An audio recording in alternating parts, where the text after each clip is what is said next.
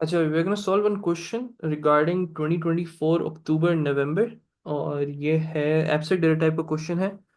Paper 2, variant 2, question number 3। सही है, EDT से रिलेटेड है। देखो, ऑल्दो उन्होंने बहुत क्लियरली मेंशन किया हुआ है, बहुत ज़्यादा ही क्लियरली सिलेबस के अंदर मेंशन किया हुआ है that there is no pseudo code involved in your stacks at all, या एब्स्ट्रैक्ट डेटा टाइप के अंदर। I don't know why, but they recently वो क्वेश्चंस दे रहे हैं जिसमें सूडोकोड की इन्वॉल्वमेंट है। मतलब जैसे ये सवाल यही सूडोकोड का ही क्वेश्चन है एट द एंड।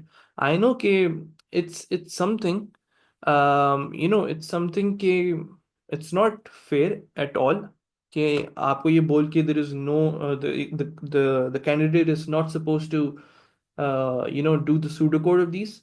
तो बस बेसिक कॉन्सेप्ट्स अगर आते हो, लेकिन I feel like these questions are very easy if you are able to, अगर आपको सारे कॉन्सेप्ट समझ आ गए तो आप कर सकते हो, लेकिन still this is not a good way to do it. अगर आपको फिर हटा दो भाई इस चीज़ को, ताकि हम सूडो कोड को भी देख सकें, हर चीज़ को समझ सकें कि सूडो कोड की फॉर्मेट में किस तरीके से करना है। लेकिन it's okay, not a big deal, let's try to solve this question by using common sense. सही है।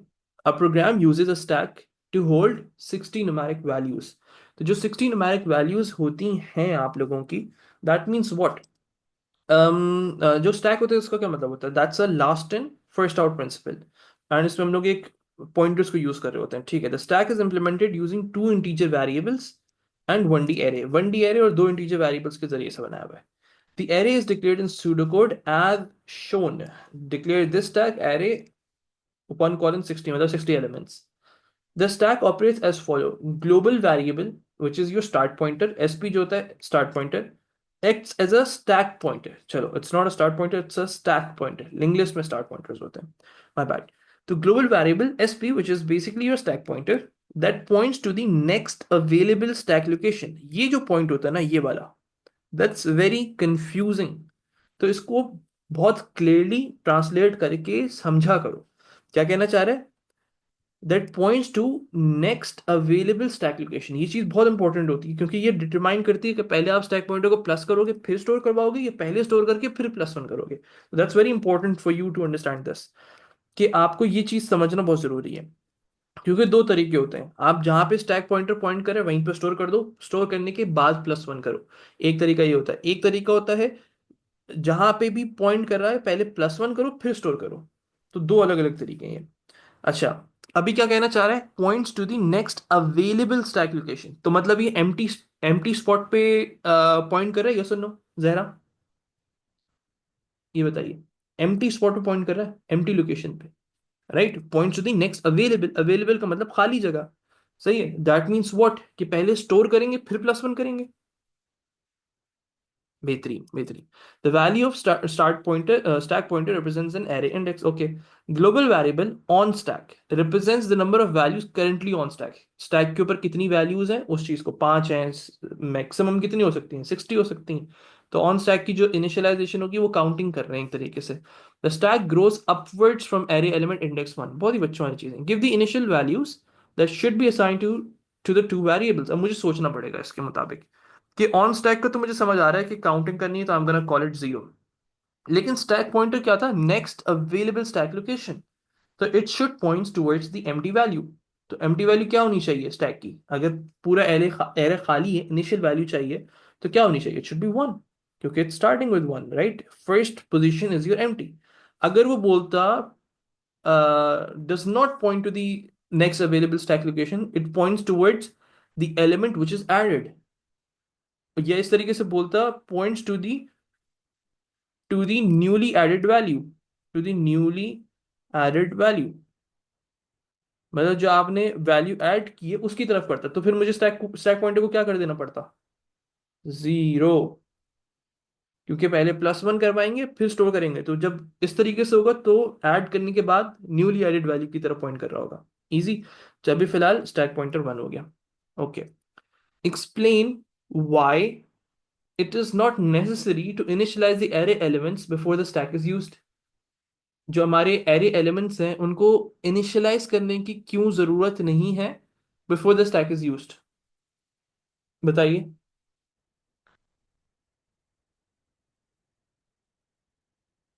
इनिशियलाइज करवाने की क्या जरूरत नहीं है?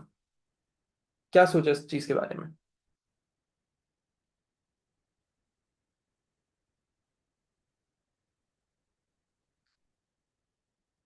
अभी फिलहाल हम लोगों ने रियल्स डिक्लेयर हुआ है तो वैल्यू मौजूद होगी नहीं ना? मौजूद नहीं होती। इनिशियलाइज करने के बाद इट डज नॉट मीन कि वो चीज वहां पे वैल्यू स्टोर हो गई। Why it is not necessary to initialise the array elements before the stack is used. Stack को इस्तेमाल करने से पहले उसको इनिशियलाइज करवाना क्यों जरूरी नहीं है? यूजुअली हम करते हैं ना, जब हमें कैलकुलेशन करनी होती है, काउंटिंग करनी होती है, इस तरीके से। राइट। तो हमारे पास जितने भी, एक तरीके से जितने भी एलिमेंट्स है ना हमारे पास, वो सब के सब क्या है? They all are unused element. कब तक? अभी हम उनको इस्तेमाल नहीं करें। कब तक? जब तक आप पुश ना कर दो। नहीं, we are suppose to use the terms of abstract data type. until or unless you have pushed values। इस तरीके से आपको लिखना है। तो let me elaborate this more.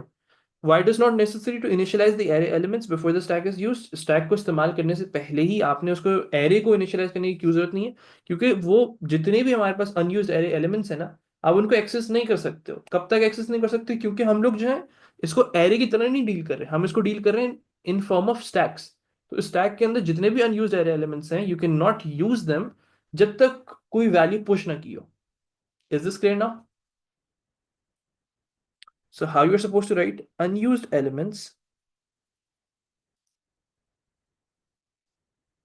array elements won't be used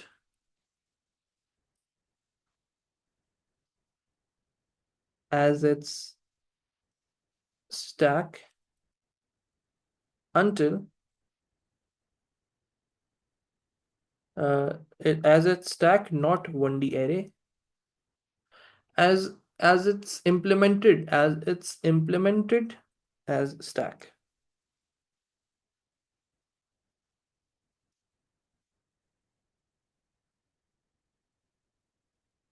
until a value is pushed।